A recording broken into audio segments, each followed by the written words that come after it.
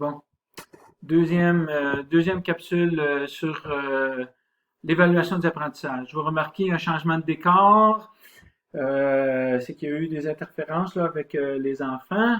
Et puis, heureusement, parce que ça m'a permis de voir que j'ai vraiment épouvantablement beaucoup de tics. Quand je vous parle, là, je fais plein, je me tripote partout. Enfin, bref, on va faire ça plus straight.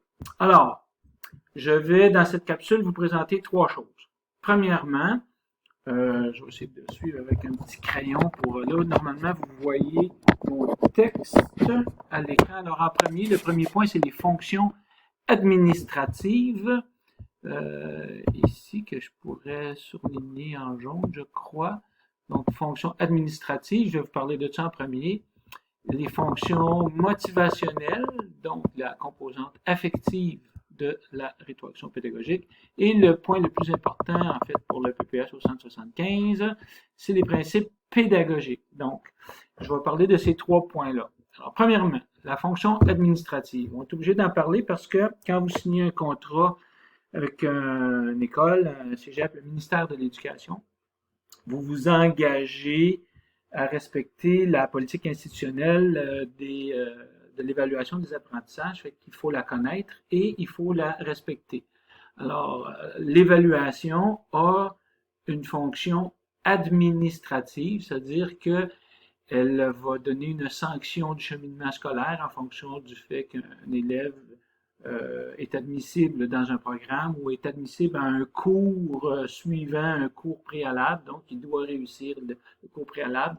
Donc, on doit sanctionner ce cheminement scolaire-là. Fait qu'il y a une responsabilité importante. Des fois, on fait passer un élève parce qu'il est fin ou tout ça, mais ça a des conséquences sur la compétence des gens qui sont diplômés dans cette société et qui occupent des postes parfois importants, mais qui n'ont pas nécessairement les compétences. Alors, c'est aux profs à porter et à assumer cette responsabilité-là. Cette sanction-là permet de classer les élèves en fonction de leurs besoins, de leurs forces. Donc, ça oriente le cheminement scolaire des élèves. Au primaire secondaire, c'est particulièrement important parce que il va y avoir des reclassements dans des programmes plus enrichis ou plus allégés, là, des cheminements particuliers. Et en fait, il y a aussi une fonction de promotion des élites. J'imagine que vous savez ce que j'en pense. Enfin, bref, ce sont des fonctions administratives liées à l'évaluation des apprentissages. La deuxième fonction, et celle-là vous allez la vivre beaucoup, c'est la fonction motivationnelle. C'est une composante affective. Et pour, euh, pour communiquer d'une façon efficace une information à quelqu'un, pour qu'il en tienne compte, il faut que cette personne-là soit prédisposée émotionnellement à entendre, à recevoir cette rétroaction-là. Or, on a des fois à indiquer aux gens, à nos élèves qui ont fait des erreurs, il faut leur dire. Et, euh, et c'est reçu émotionnellement, ça. Comme quand vous allez lire votre TP1 tantôt, vous allez voir des commentaires, vous allez aller voir la note, vous allez... Il y a la première composante de la personne qui est engagée dans la lecture et l'écoute de la rétroaction, c'est la composante affective. Vous êtes d'abord, et moi aussi, euh, des personnes qui réagissent de façon émotionnelle parce que les émotions sont beaucoup plus rapides que la réflexion. Fait qu'il faut tenir compte de cette réaction émotionnelle et je vais en parler maintenant. Donc, il y a trois réactions, trois façons de réagir à, à à la rétroaction. La rétroaction, en fait, elle peut être positive, quand la personne a bien réussi et qu'on la félicite et tout ça.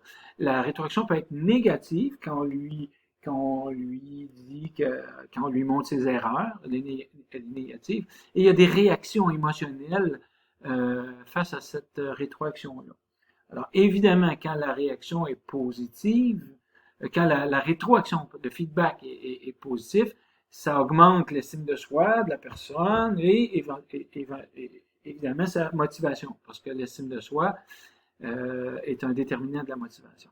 Alors, quand tu suis un cours et tu es bon dans ce cours-là, tu vas être motivé à suivre ce cours-là. Quand tu fais des exercices et tu es bon dans ces exercices-là, tu vas être plus motivé à continuer ce dans quoi tu te trouves bon ou qu'on dit que tu es bon.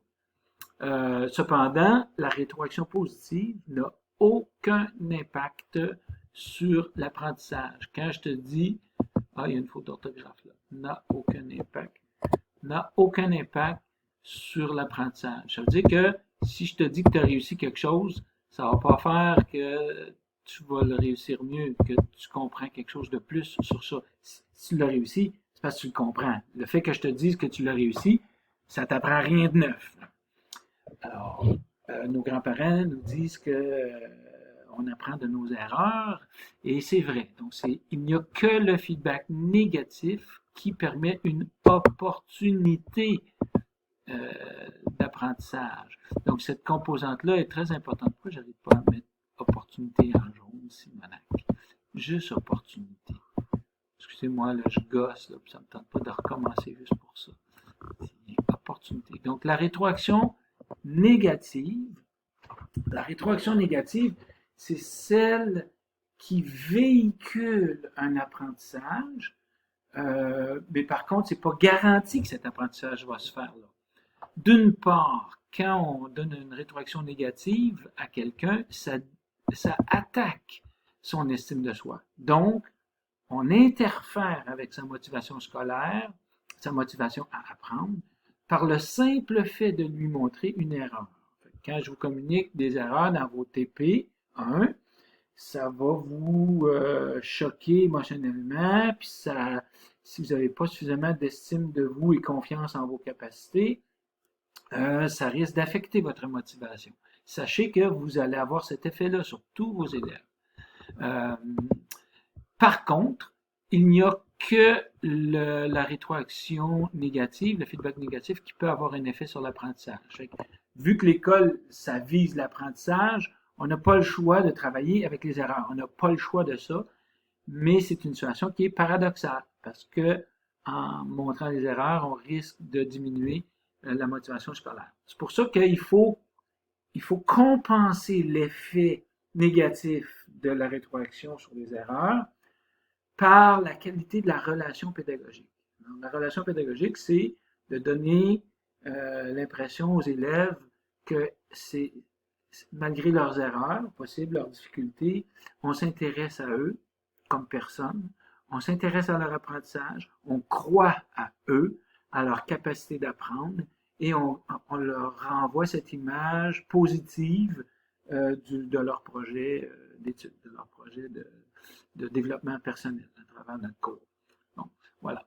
Fait qu'il faut qu'on soit attentif quand on dit des erreurs à cette composante-là. OK. Fonction pédagogique maintenant. Alors, la fonction pédagogique, autrement dit, à quelles conditions la rétroaction négative peut-elle être efficace au plan de l'apprentissage? Alors, le premier principe, c'est que l'évaluation, elle doit être pédagogique. Quand on fait un examen, on ne fait pas qu'évaluer l'apprentissage. On doit, à travers même notre évaluation de l'examen, continuer à enseigner quelque chose à l'élève. Quand on va lui donner sa note, quand on va lui donner la rétroaction sur son examen, sur son travail, sur son petit test de lecture, on doit continuer à lui enseigner le contenu que cet examen-là évaluait. Alors, on a l'impression que quand on arrive à l'évaluation, l'enseignement est fini, mais c'est pas vrai. Alors, c'est pour ça que on doit adopter un ton affectivement neutre pour souligner les erreurs.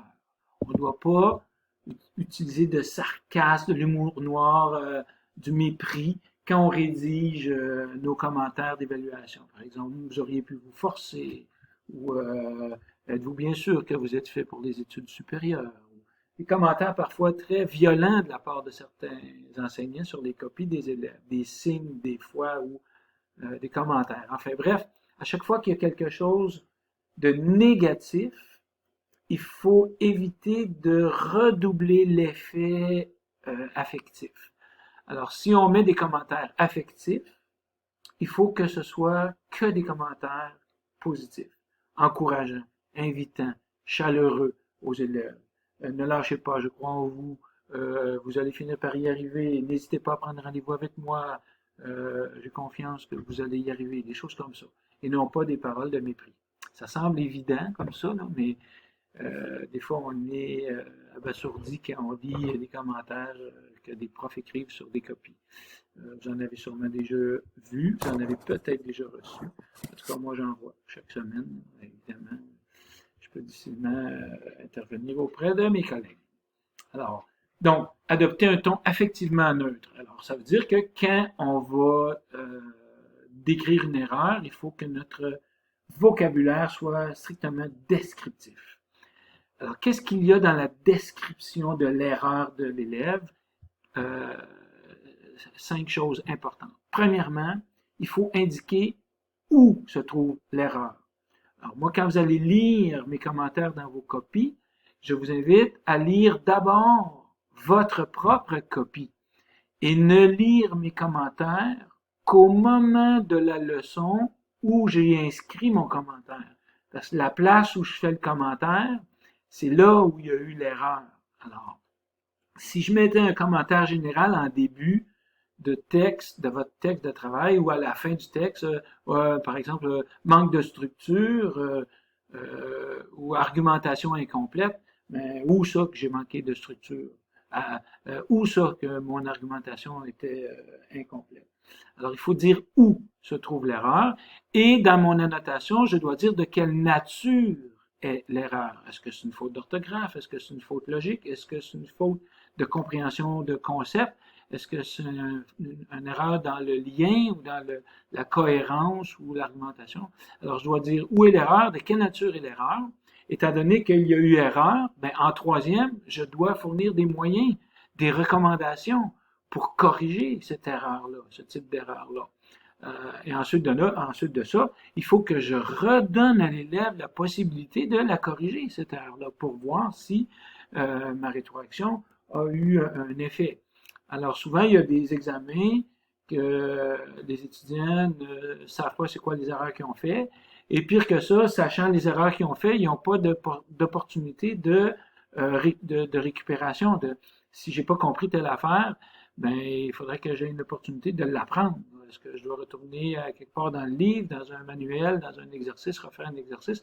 Et après ça, il faut que le prof me donne le droit de vérifier si je peux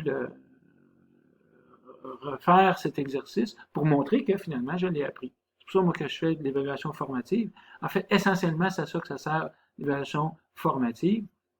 Mais même l'évaluation sommative devrait respecter ces principes-là. C'est sûr qu'après une évaluation sommative, à la fin d'un cours, si j'ai échoué l'examen final, l'opportunité de me corriger, ça va être dans la reprise de ce cours-là, ou de ma session, par exemple. Voilà. Alors, grosso modo, deuxième principe, l'évaluation doit supporter la motivation. Donc, en donnant des moyens de se corriger, en étant clair sur la façon de se corriger, et en redonnant une possibilité aux élèves, ben, c'est une façon de récupérer cette motivation qu'on a ébréchée par des commentaires négatifs sur les erreurs. Là, grosso modo, donc je vais déposer ce texte-là sur Studium à l'instant. Alors voilà, si vous avez des questions ou des commentaires sur ma capsule, n'hésitez pas à m'écrire à l'adresse umontréal.ca. Serge.marcotte@umontréal.ca. Voilà, j'espère que l'évaluation, c'est correct.